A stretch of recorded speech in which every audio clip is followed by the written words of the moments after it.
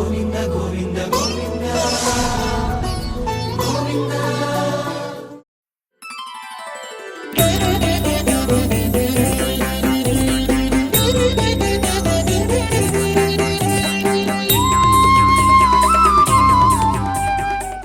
నమో వెంకటేశాయ. తిరుమల శ్రీవారి ఆలయంలో వైకుంఠ ద్వార దర్శనాల సందర్భంగా టీటీడీ అదనపు ఈవో సిహెచ్ వెంకయ్య చౌదరి గారితో శ్రీ వెంకటేశ్వర భక్తి ఛానల్ ముఖాముఖి కార్యక్రమానికి స్వాగతం. సార్, తిరుమల పాలనా వ్యవహారాలలో అపారమైన అనుభవం కలిగిన మీరు వైకుంఠ ఏకాదశికి 2 నెలల ముందు నుండే టీటీడీలోని వివిధ శాఖల అధికారులతో అలాగే తిరుపతి జిల్లా యంత్రాంగంతో సమీక్షలు సమావేశాలు నిర్వహించి పర్యటనలు చేశారు. తిరుమల దివ్యక్షేత్రాన్ని వైకుంఠ ఏకాదశికి సిద్ధం చేశారు. అలాగే సార్, డిసెంబర్ 30వ తేదీ ప్రారంభమయ్యే వైకుంఠ ద్వార దర్శనాలను పురస్కరించుకుని తిరుమల తిరుపతి దేవస్థానం ఎటువంటి మార్పులు ఈ ఏడాది చేపట్టిందో తెలియజేస్తారా? ఓం నమో వెంకటేశాయ. మీ అందరికి తెలుసు, వైకుంఠ ఏకాదశి ఈ సంవత్సరం చాలా ప్రతిష్టాత్మకంగా మనం తీసుకోవటం జరిగింది. ఎందుకంటే వైకుంఠ ఏకాదశి 10 రోజులు చేస్తున్న కాలం నుంచి కూడా ఈ ఆఫ్లైన్ సిస్టాన్ని ఒక రకంగా ఇంట్రడ్యూస్ చేయటం వలన 2-3 రోజుల నుంచి టికెట్స్కి రావటం, 24 అవర్స్ క్యూ లైన్లో వెయిట్ చేయటం, కొంతమందికి టికెట్స్ రావటం, మిగతా వాళ్ళంతా టికెట్ దొరకని వాళ్ళు మళ్ళీ వచ్చి పైకి వచ్చి గోల్ చేయటం, లేకపోతే కింద గోల్ చేయటం, లేకపోతే క్యూ లైన్లో వచ్చి ఇవ్వడం, ఇదంతా కూడా లాస్ట్ 3-4 ఇయర్స్ నుంచి జరుగుతున్న కార్యక్రమం. సో ఈసారి గౌరవ ముఖ్యమంత్రి గారు లాస్ట్ టైం కూడా చెప్పాడు, అంటే టెక్నాలజీని వాడి ఇంకొద్ది బెటర్గా ఎందుకు చేయకూడదు, టెక్నాలజీని ఎందుకు వాడుకోవట్లేకపోతున్నామని. సో దాన్ని ఇన్స్పిరేషన్గా తీసుకొని మనం ఈసారి చాలా పగడ్బందీగా ప్రతి ఒక్క సిస్టాన్ని బిల్డ్ చేసే క్రమంలో అందరు స్టేక్ హోల్డర్స్ని కూడా డిస్కస్ చేసి ప్రోస్ అండ్ కాన్స్ కూడా డిస్కస్ చేసి అలానే భక్తుల యొక్క ప్రయోజనాలను దృష్టిలో పెట్టుకొని వాళ్ళ సేఫ్టీ సెక్యూరిటీని కూడా దృష్టిలో పెట్టుకొని ఖచ్చితంగా ఒక కొత్త సిస్టాన్ని ఈసారి డిజైన్ చేయడం జరిగింది. ఈ డిజైన్ చేసే క్రమంలో ఏంటంటే వైకుంఠ ఏకాదశి 10 రోజుల్ని ఫస్ట్ 3 రోజులు ఒక భాగంగా 30, 31, 1 జనవరి ఇది పూర్తిగా ఆన్లైన్ సిస్టంలో బిల్డ్ చేయడం జరిగింది. దీనివల్ల ఎగ్జాక్ట్గా మనకి ఎన్ని అవర్స్ ఉంటుంది దర్శనం, ఎన్ని అవర్స్కి ఎంతమందిని దర్శనం చేయించగలము, ఆ దర్శనం చేయించగలం అంటే అందరికీ అవకాశం వచ్చే విధంగా రిజిస్ట్రేషన్ ప్రాసెస్ పెట్టి అందరికి అవకాశం వచ్చే విధంగా చేసాం. ఏది మన యాప్ ద్వారా అవకాశం ఇచ్చాం, అలానే వాట్సాప్ ద్వారా అవకాశం ఇచ్చాం, అలానే మన టీటీడీ వెబ్సైట్ ద్వారా కూడా అవకాశం ఇచ్చాం. దాదాపు 24 లక్షల మంది 27 రాష్ట్రాల నుంచి రిజిస్ట్రేషన్ చేసుకున్నారు. అందరికి కూడా ట్రాన్స్పరెంట్గా చేసి 1,89,000 టోకెన్స్ ఇష్యూ చేయడం జరిగింది మొదటి 3 రోజులకి. అలానే టోకెన్స్ రాని వాళ్ళు కూడా ఉంటారు, మళ్ళీ చాలామంది నడిచి సాంప్రదాయంగా వచ్చి ఉండేవాళ్ళు ఉంటారు. ఈ ప్రాంతంలో చాలామంది నడిచిపోయి వచ్చి చేసే దర్శనం వాళ్ళకు కూడా అన్యాయం జరగకూడదు. అందుకని మిగతా 7 రోజులు అంటే 2వ తారీఖు నుంచి 8వ తారీఖు దాకా ఎగ్జాక్ట్గా వాళ్ళకి టోకెన్ లేకపోయినా కానీ వచ్చి ఫ్రీ దర్శనం చేసుకునే విధంగా మనం సిస్టమ్ డిజైన్ చేయడం జరిగింది. దానికి సంబంధించిన ఎప్పటికప్పుడు సమాచారాన్ని మనం చేరవేస్తాం. వాళ్ళు ఇప్పుడు క్యూ లైన్లో ఎంటర్ అయితే ఎప్పుడు దర్శనం అవుద్ది, ఒకవేళ పూర్తి స్థాయిలో బిజీ అయిపోతే మనం లైన్ కట్ చేసుకొని వాళ్ళకి సమాచారం ఇస్తాం, రేపు రండి లేకపోతే ఎల్లుండి రండి. సో అలా మనం ఇచ్చే బులెటిన్ ఆధారంగా చేసుకొని వాళ్ళు ప్లాన్ చేయవలసింది కూడా ఉంది. మనకి అద్భుతమైన టెక్నాలజీ వ్యవస్థ ఈరోజు మనం బిల్డ్ చేసాం.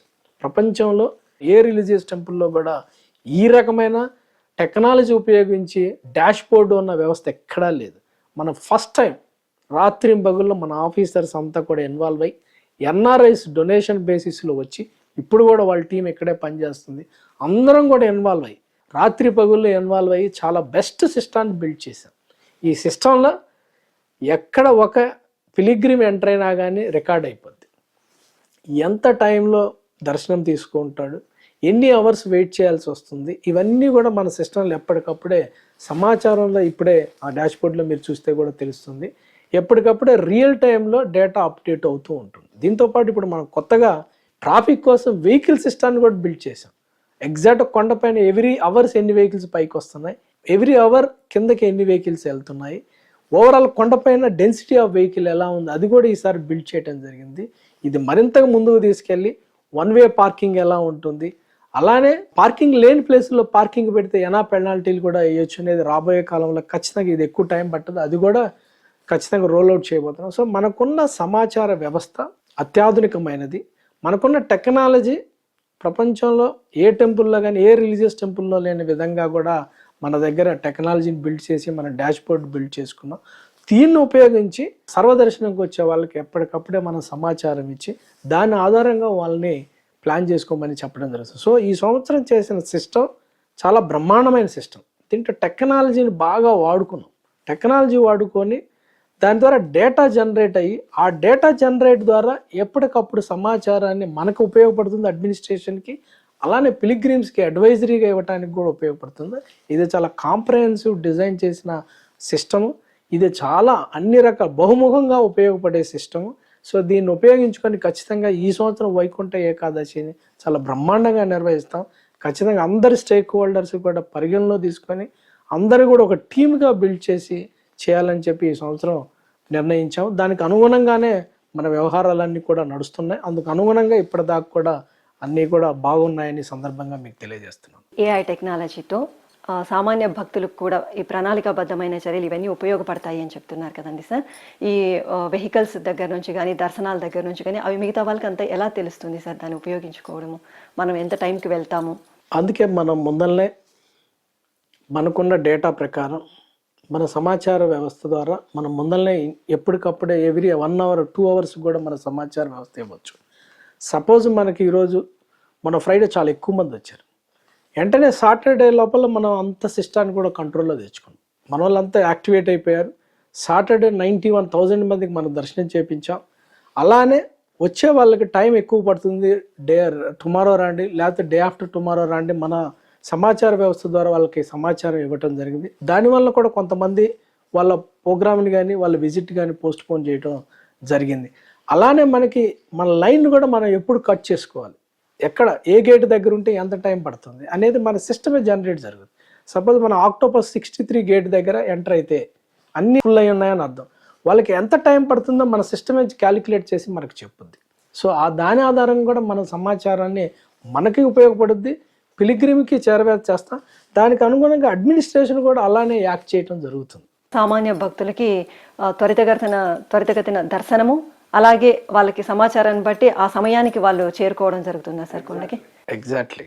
వాళ్ళకి భక్తులకి ప్రయోజనం ఏంటంటే మనం ఇచ్చే సమాచారాన్ని వాళ్ళు గ్రహించి వాళ్ళ విజిట్ పోస్ట్ పోన్ చేయొచ్చు. లేకపోతే మనం కట్ చేసిన తర్వాత రేపు రమ్మంటే వాళ్ళు రేపు కూడా వచ్చే అవకాశాలు ఉన్నాయన్నమాట. సో చాలా వరకు లాస్ట్ 91,000 నేను చేసాం సాటర్డే. బట్ 91,000లో ఒక్కసారి 12 hours మించి ఎవరు లేరు. అంటే దీనికి మన టెక్నాలజీ ఎలా చెబుతుందంటే ఈ కంపార్ట్మెంట్లో ఉండే వాళ్ళు వచ్చి ఆల్రెడీ 8 hours అవుతుంది, వీళ్ళు అందరికంటే ముందు వచ్చారు, సో వీళ్ళకి ఫస్ట్ ప్రయారిటీలో చేయండి అని చెప్పి సిస్టమే మనకి జనరేట్ చెప్తుంటాం. అలానే ప్లానింగ్ పీపుల్ వాళ్ళ ముందు వచ్చారు అనుకో, వాళ్ళ టయానికంటే వాళ్ళు 2 hours ముందు వచ్చారు అంటే మనకు అర్థమవుద్ది. వాళ్ళ టయానికంటే ముందు వస్తే వాళ్ళు వేరే వాళ్ళ టైం తీసుకున్నట్టు. సో ఆబ్వియస్గా వాళ్ళు 2 hours వెయిట్ చేయాల్సి వస్తుంది. ఇంకొక బ్యూటీ ఏంటంటే మనకున్న సిస్టంలో 1 hourలో ఎంతమంది దర్శనం చేసుకుంటున్నారు, 2 hours ఎంతమంది దర్శనం చేసుకుంటున్నారు, అలానే 10 hours ఎంతమంది దర్శనం చేసుకుంటున్నారు, 12 hours ఎంతమంది దర్శనం చేసుకుంటున్నారు, డే షీట్ అంతా కూడా సిస్టమే జనరేట్ చేస్తుంది. అది బ్యూటీ అనమాట. సో మనకు కూడా ఎగ్జాక్ట్గా ఏ కేటగిరీ దర్శనం వాళ్ళు 12 hours తీసుకుంటున్నారు, ఏ కేటగిరీ దర్శనం వాళ్ళకి 1 hourలో అయిపోతుంది, ఏ కేటగిరీ ఆఫ్ దర్శనానికి యావరేజ్గా 4 hours పడుతుంది, ఏ రోజుకి ఆ రోజు మనం కూడా సిస్టంలో జనరేట్ చేసుకొని మనం కూడా అసెస్మెంట్ చేసుకోవటానికి ఫర్దర్గా అడ్మినిస్ట్రేటివ్గా స్టేక్ హోల్డర్స్తో డిస్కస్ చేసి ఎప్పటికప్పుడే డైనమిక్గా డెసిషన్ తీసుకోవడానికి ఉపయోగపడుతుంది. ఇంకా చాలా ఫీచర్స్ ఉన్నాయి యాక్చువల్గా. ఆ ఫీచర్స్ అన్నీ కూడా యాక్టివేట్ చేస్తే ఖచ్చితంగా ఎవరు రూమ్లో వాళ్ళు కూర్చొని పగడ్బందీగా క్యూ లైన్ని మెయింటైన్ చేసుకోవచ్చు. ఎక్కడ ఓవర్లాప్ అవుతుంది, ఎక్కడ ప్రెజర్ పాయింట్స్ ఉన్నాయి, ఎక్కడ అనుమతి ఇచ్చిన దానికంటే ఎక్కువ భక్తులు వచ్చారు, ఏ క్యూ లైన్లో ఎక్కడ పల్స్గా ఉంది, ఎక్కడ ఎక్కువగా ఉంది, ఆ మార్కులు కూడా రెడ్ మార్క్స్ ఇస్తుంది, గ్రీన్ మార్క్స్ ఇస్తుంటాయి. సో ఎగ్జాక్ట్గా మనకి ఒక సిస్టమ్ ద్వారానే మొత్తం ఎంటైర్ తిరుమలలో టెంపుల్లో ఉంచి టెంపుల్ బయట కానీ తిరుమల కొండపైన కానీ మనం మొత్తం కూడా అసెస్మెంట్ చేయొచ్చని ఈ సందర్భంగా భక్తులందరూ కూడా తెలియజేయటం జరుగుతుంది. సార్, వైకుంఠ ద్వార దర్శనానికి విచ్చేసే భక్త కోటికి ఎటువంటి ప్రాధాన్యతనిస్తున్నారు సామాన్య భక్తుల కోసం చెప్తారు? మొత్తం ప్రోగ్రామ్ డిజైన్ చేసింది కూడా సామాన్య భక్తులను దృష్టిలో పెట్టుకుని డిజైన్ చేయటం జరిగింది. మీకు అందరికీ తెలుసు, కలియుగ వైకుంఠం, కలియుగ దేవుడు శ్రీ వెంకటేశ్వర స్వామికి వచ్చేవాళ్ళు చాలామంది సామాన్య భక్తులే ఉంటారు.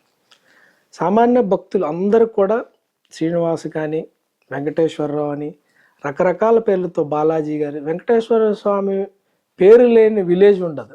వ్యక్తుల్లో ప్రతి ఇంట్లో చాలామందికి 60% వెంకటేశ్వర స్వామి పేరుతోటే ఉంటాయి, శ్రీనివాస పేరుతోటే ఉంటాయి.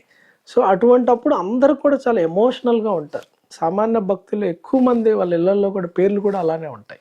సో వాళ్ళందరి యొక్క ప్రయోజనాలు దృష్టిలో పెట్టుకొని మనం కంప్లీట్గా విఐపి బ్రేక్ రద్దు చేసాం, ఆర్జిత సేవలు రద్దు చేసాం, అలానే మన శ్రీవాణి రద్దు చేసాం, అడ్వాన్స్ బుకింగ్ 1500 రద్దు చేసాం, అలానే మిగతా దర్శనాలు కూడా రద్దు చేసి ఖచ్చితంగా సామాన్య భక్తులకి అందరి యొక్క ప్రయోజనాలు దృష్టిలో పెట్టుకొని ట్రాన్స్పరెంట్గా ఫస్ట్ 3 రోజు స్లాట్స్ అలాట్ చేయడం జరిగింది. ఈ స్లాట్స్ అలాట్మెంట్ అందరికి కూడా వచ్చాయి. వాళ్ళందరూ కూడా టికెట్లోనే అంతా ఉంటుంది. వాళ్ళు ఎక్కడ రిపోర్ట్ చేయాలి, ఏ టయానికి రిపోర్ట్ చేయాలి, వాళ్ళ వెహికల్స్ ఎక్కడ పార్కింగ్ చేయాలి, వాళ్ళకున్న టికెట్ వేరే వాళ్ళతోటి ఇవ్వకూడదు. కొంతమంది డూప్లికేట్ చేసి వాళ్ళకి ఇబ్బంది అవుతుంది. ఎందుకంటే ఒకసారి స్కాన్ అయిన తర్వాత సెకండ్ టైం స్కాన్ కాదు కాబట్టి. అలానే ఐడి కార్డు కూడా తెచ్చుకోవాలి. ఈ అడ్వైజరీని ఇప్పటికీ అన్ని భాషల్లో కూడా ప్రచురించడం జరిగింది.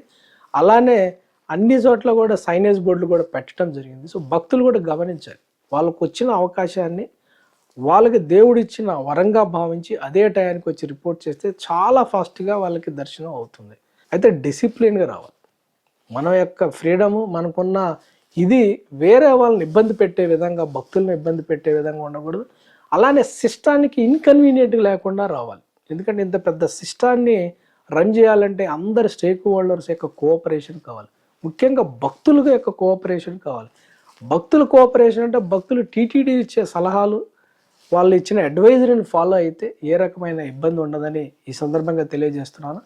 అలానే సామాన్య భక్తులకి మళ్ళీ 2వ తారీఖు నుంచి పూర్తిగా ఏకాబికిన ఆల్మోస్ట్ 7 రోజుల పాటు ఫ్రీ దర్శనం ఏర్పాటు చేయడం జరిగింది. వాళ్ళు కూడా మనం ఇచ్చే సమాచారాన్ని దృష్టిలో పెట్టుకొని వాళ్ళ యొక్క విజిట్ని, దర్శనాన్ని ప్లాన్ చేసుకోవాల్సిందిగా రిక్వెస్ట్ చేయడం జరిగింది.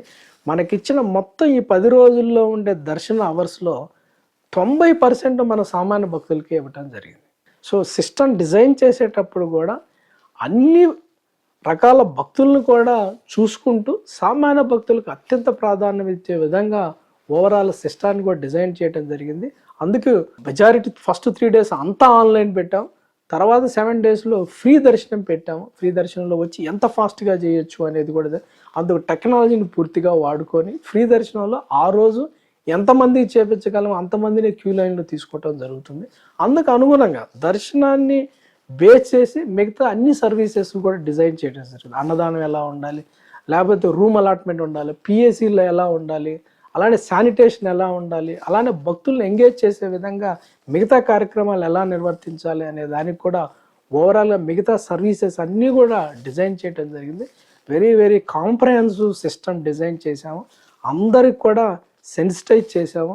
అన్ని విభాగాలకు కూడా అడిషనల్గా మ్యాన్ పవర్ని కానీ, అడిషనల్గా ఎంప్లాయీస్ని కానీ డిప్యూట్ చేయడం జరిగింది. వాళ్ళందరూ కూడా ఈ ఫీల్డ్లో నిష్ణాతులైన ఉండవాళ్ళే కాబట్టి ఖచ్చితంగా ఒక టీమ్గా అందరం కూడా ఒక టీమ్గా వర్క్ చేయటం జరుగుతుంది. ఆ టీంలో ఉండే వాళ్ళందరూ కూడా వాళ్ళ రూల్స్ అండ్ రెస్పాన్సిబిలిటీస్ పూర్తిగా తెలుసు కాబట్టి అందుకు అనుగుణంగా వాళ్ళు వాళ్ళ యొక్క బాధ్యతలు నిర్వర్తిస్తారని ఈ సందర్భంగా తెలియజేస్తున్నారు. సార్, సుదూర ప్రాంతాల నుంచి విచ్చేస్తున్న భక్త కోటికి టీటీడీ కల్పిస్తున్న సౌకర్యాలు, ముఖ్యంగా వసతి, లడ్డూ ప్రసాదం, అన్న ప్రసాదాలు, దాని గురించి తెలియజేస్తారా? ఎందుకంటే ఇప్పుడు చలి తీవ్రత కూడా తిరుమలలో ఎక్కువగా ఉంది కదండి సార్, దాని గురించి కాస్త వివరిస్తారా?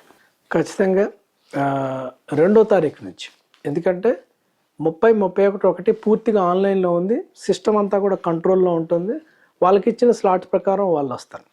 2వ తారీఖు నుంచి మళ్ళీ మనకి సర్వదర్శనం ఉంటుంది. క్యూ లైన్స్ పెరిగిపోవటానికి అవకాశాలు ఉంటాయి. అందుకు అనుగుణంగానే మనకి 63 గేట్ దాకా, ఆక్టోపస్ దాకా, ఊరి బయట దాకా ఉంటుంది. అన్నిటిల్లో కూడా మనకి క్యూ లైన్స్లో పూర్తి స్థాయిలో అన్ని ఫెసిలిటీస్ ఉన్నాయా లేవా చెక్ చేసాం. అన్ని వాటర్ ఫెసిలిటీ ఉండే విధంగా చేసాం. అలానే ఫుడ్ కౌంటర్స్కి సపరేట్గా బిల్డ్ చేసాం. వాటన్నిటికీ పూర్తిగా కవర్ చేసాం. అలానే క్లీనింగ్ ప్రాసెస్ కూడా పూర్తిగా చేయటం జరిగింది. అలానే క్యూ లైన్స్లో పూర్తిగా ఎప్పుడు కూడా గోవిందనామాలు ఉండే విధంగా, అన్నమాచార కీర్తనలు అదే విధంగా పూర్తిగా అన్ని టైంలో స్పీకర్స్ పెట్టడం జరిగింది. అలానే నైట్ కల్లా కూడా మనం ప్లాన్ చేసేది ఏంటంటే నైట్ కల్లా షెడ్స్కి వచ్చే విధంగా ప్లాన్ చేయడం జరిగింది. ఎక్కడా కూడా నైట్లో క్యూ లైన్లు బయట అయ్యే విధంగా ఉండకుండా ఈ మధ్య కాలంలో మేము చాలా చర్యలు తీసుకోవటం జరిగింది. అందుకు అనుగుణంగానే భక్తులు తీసుకోవడం జరుగుతుంది. సో నైట్కి వెళ్ళేసరికి లోపలికి వచ్చే విధంగా వాళ్ళు ఖచ్చితంగా లోపల టీవీలు కానీ లేకపోతే మిగతా స్పీకర్స్ ద్వారా కానీ వాళ్ళని ఎమోషనల్గా ఎంగేజ్ చేసే అవకాశం కూడా ఉంటుంది. అలానే భక్తులకి యొక్క ప్రయోజనాలు వాళ్ళ సేఫ్టీని దృష్టిలో పెట్టుకొని ఎప్పుడు కూడా నిరంతరము మనం ఇచ్చే సేవల్ని రీవిజిట్ చేస్తూ ఉంటాం. ఇంకొద్దిగా బెటర్ క్వాలిటీ ఎలా ఇవ్వాలి, బెటర్ ఎక్స్పీరియన్స్ ఎలా ఇవ్వాలి, అందుకు కావాల్సిన మ్యాన్ పవర్ని ఎలా డిప్లాయ్ చేసుకోవాలి, అందుకు కావాల్సిన మెషినరీలు ఎలా చేసుకోవాలి, అలానే moment of the queue lines బట్టి ఎలా మార్చుకుంటూ ఉండాలి ఫుడ్ కౌంటర్స్, అవన్నీ కూడా పూర్తి స్థాయిలో డిస్కస్ చేసాం, అప్రూవ్ చేసాం. అందుకు కావాల్సిన ప్రొవిజన్స్ తెచ్చిపెట్టుకోవడం జరిగింది. అందుకు అనుగుణంగా ఎప్పటికప్పుడే కుకింగ్ ఫెసిలిటీ కూడా పెంచుకోవటం లేకపోతే నార్మలైజ్ చేసుకోవటం, డైనమిక్గా క్యూ లైన్ బట్టి మనం కూడా చేసుకోవటం జరుగుతుంటుంది. ఇది ఒక నిరంతరంగా జరిగే ప్రక్రియ. సో వైకుంఠ ఏకాదశికి సంబంధించి కూడా అలానే జరుగుతుంది. ఎందుకంటే 91,000 దర్శనం చేయించాం సాటర్డే. అంతకుముందు రోజు ఆల్మోస్ట్ 73,000, అంతకుముందు రోజు ఆల్మోస్ట్ 67 మందికి దర్శనం చేయించాం. ఇది నిరంతరంగా జరిగే ప్రక్రియ. ఇది ఫెస్టివల్ సీజన్ కాబట్టి ఇంకొద్ది ఎడిషనల్గా మెనూ పెడతాం, ఎడిషనల్గా బెవరేజెస్ కానీ ఏమైనా ఉంటే పెడతాం. ఇలా ఎడిషనల్గా ఏమైనా ఫెస్టివ్ వాతావరణంలో కొంచెం ఫెస్టివల్ వాతావరణం ఉంటుంది కాబట్టి ఎడిషనల్గా యాడ్ చేయడం జరుగుతుంది. అదర్వైజ్ రెగ్యులర్గా మనం ఇవన్నీ స్టాండర్డైజ్ అయిన సిస్టమ్స్, వీటన్నిటిని బెటర్గా మానిటర్ చేసి ఎగ్జాక్ట్ టైంలో రీచ్ అయ్యాలేమని మన ఆఫీసర్స్కి ఎప్పటికప్పుడే మానిటర్ చేసుకుంటూ ఎప్పటికప్పుడు సెట్ కాన్ఫరెన్స్ ద్వారా లేకపోతే వాట్సాప్ గ్రూపుల ద్వారా లేకపోతే మిగతా కమ్యూనికేషన్ వ్యవస్థ ద్వారా ఎప్పటికప్పుడే వాళ్ళు ఒకరికొకరు కమ్యూనికేట్ చేసుకుంటూ ఎక్కడ ఇబ్బంది రాకుండా అందరూ కూడా కలిసి పనిచేయటం జరుగుతుంది. తిరుమల తిరుపతిలో ఉన్నటువంటి స్థానికులకు వైకుంఠ ద్వార దర్శనాలు కల్పించడంలో ఎటువంటి ఏర్పాట్లు తీసుకున్నారో తెలియజేస్తారా?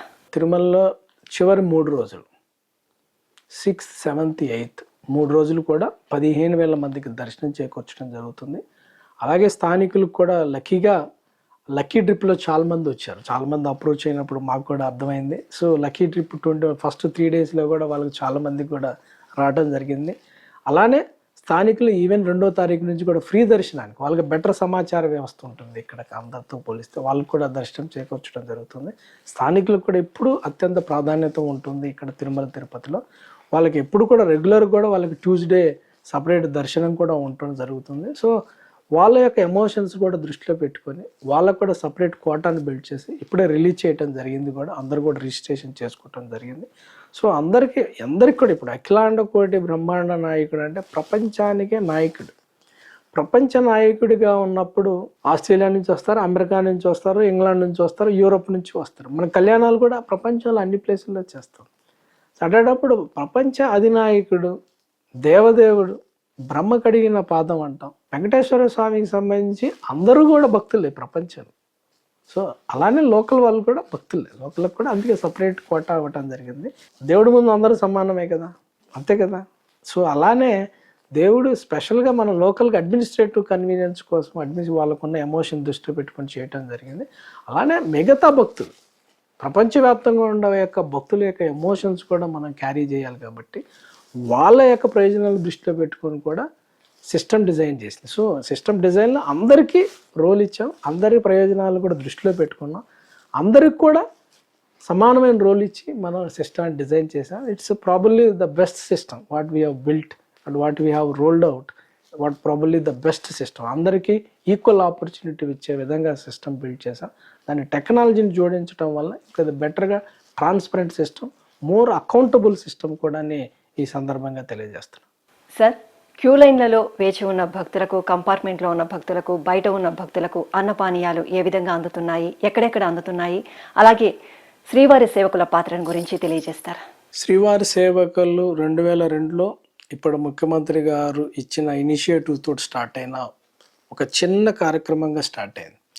ఈరోజు ఒక బ్రహ్మాండమైన వ్యవస్థగా రూపుదిద్దుకుంది.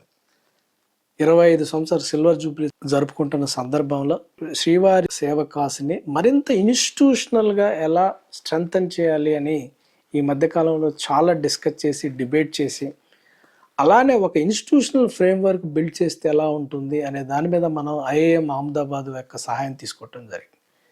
దానివలన ఖచ్చితంగా శ్రీవారి సేవకాస సర్వీసెస్ని మిగతా విభాగాలకు కూడా విస్తరించే కార్యక్రమం నడుస్తుంది. వైద్య సేవకు కానీ, లేకపోతే మిగతా ప్రొఫెషనల్ టీచింగ్ కానీ, లేకపోతే చార్టెడ్ అకౌంటెంట్స్ కానీ, ఇలా మనం చాలా రకాలుగా ఆలోచిస్తాం. దానికి ఒక పోర్టల్ కూడా బిల్డ్ చేయడం జరిగింది.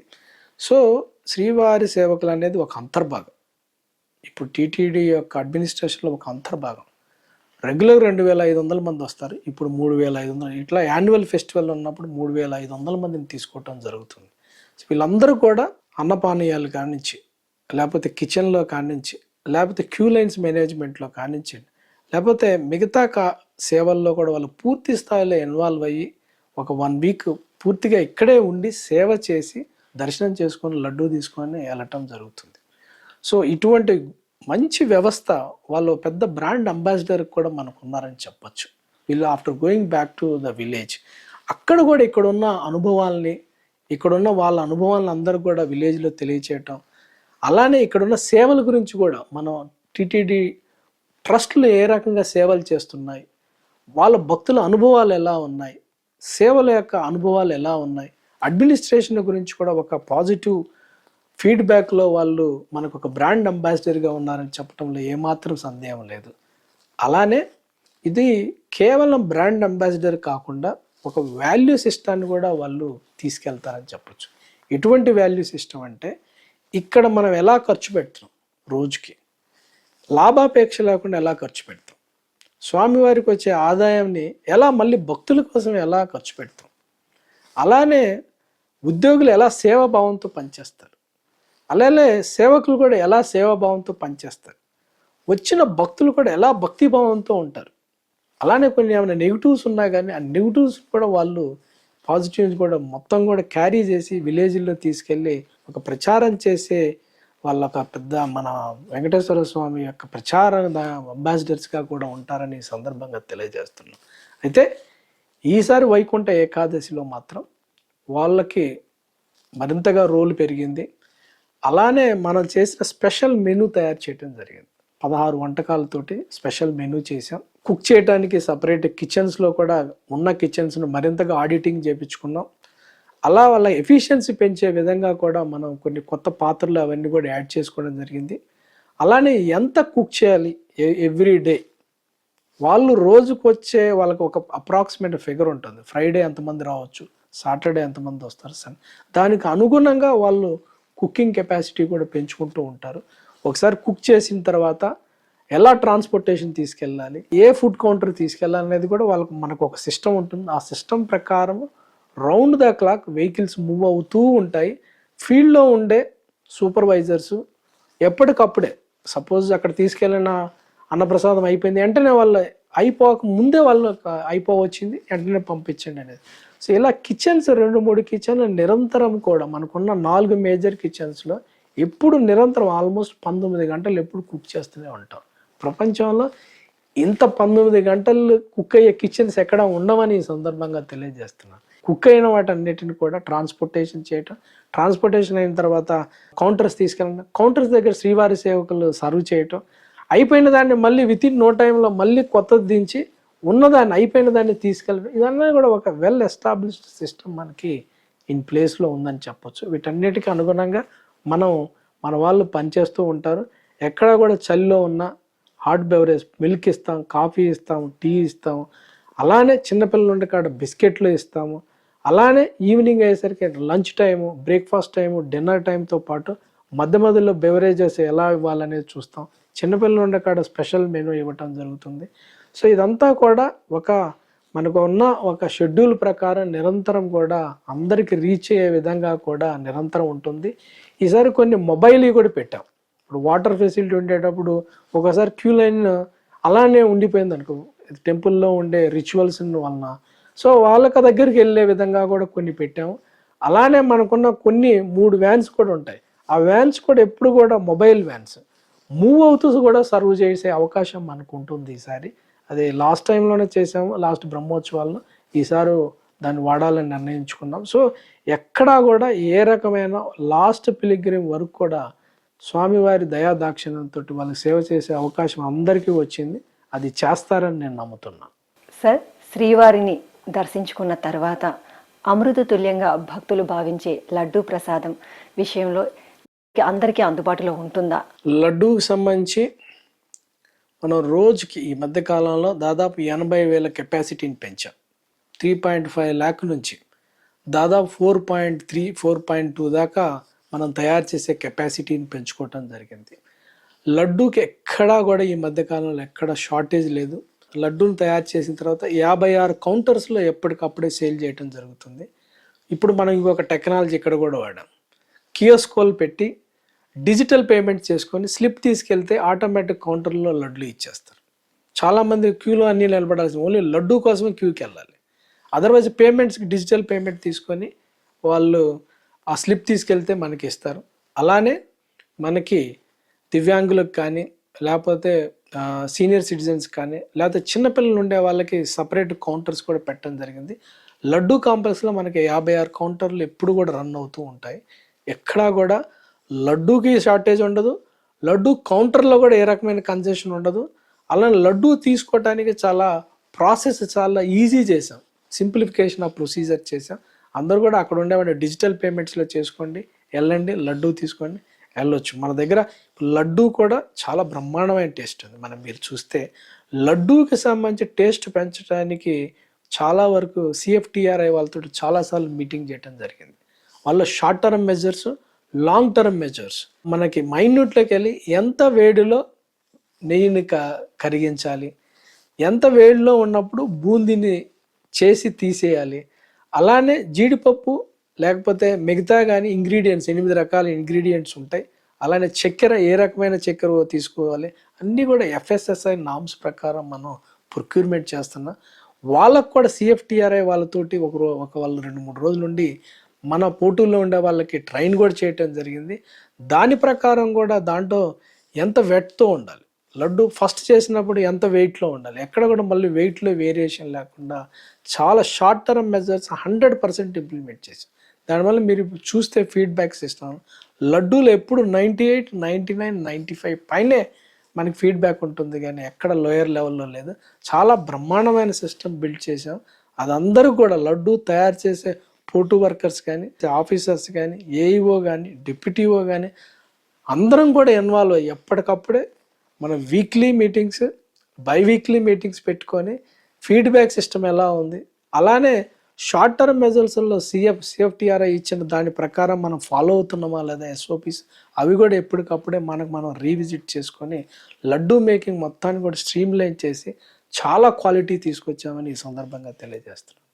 సార్, వైకుంఠ ద్వార దర్శనాల సందర్భంగా తిరుమలలో ఎటువంటి భద్రతలు చేపట్టారో తెలియజేస్తారా? వైకుంఠ ద్వార దర్శనానికి సంబంధించి ఇప్పటికే డిస్ట్రిక్ట్ అడ్మినిస్ట్రేషన్ తోటి అన్ని రకాలుగా కూడా డిస్కస్ చేయండి. వనరబుల్ పాయింట్స్ ఏమున్నాయి, సెన్సిటివ్ పాయింట్స్ ఎక్కడున్నాయి, కంజెషన్ పాయింట్స్ ఎక్కడున్నాయి, పాస్ట్లో ఎక్కడెక్కడ ఇష్యూస్ అయ్యాయి అన్నీ కూడా డిస్ట్రిక్ట్ అడ్మినిస్ట్రేషన్తో డిస్కస్ చేయడం జరిగింది. కలెక్టర్ గారితో కూడా, అలానే SP గారితోటి, అలానే EO గారు ఉన్నారు మీటింగ్లో.